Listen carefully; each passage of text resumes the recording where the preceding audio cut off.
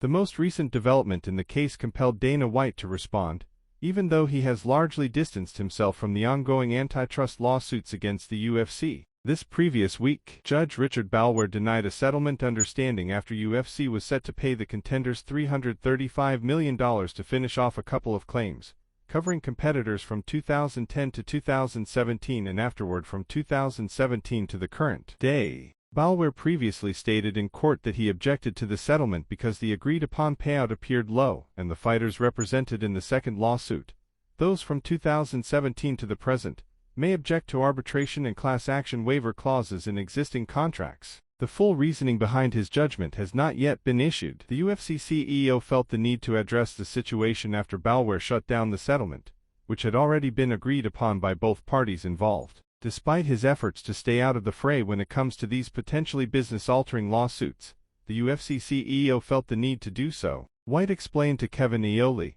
"I've literally said this the entire time through this whole thing. It's not something that I focus on or let the lawyers deal with that stuff." White explained when speaking to Kevin Iole, "Let me say this. It's probably the only thing I've said since this whole thing's been going on. It's getting to a point now where this feels personal. You know, I went to high school with this guy. Me and Lorenzo Fertitta went to high school with him. I don't know what the hell me or Lorenzo did to him in high school, but this seems very, very personal. Yeah, we went to high school with this guy." White did not specify whether he and the former co-owner of the UFC, Lorenzo Fertitta, were close to Balwer or whether they had any prior relationships other than the fact that they shared the same high school.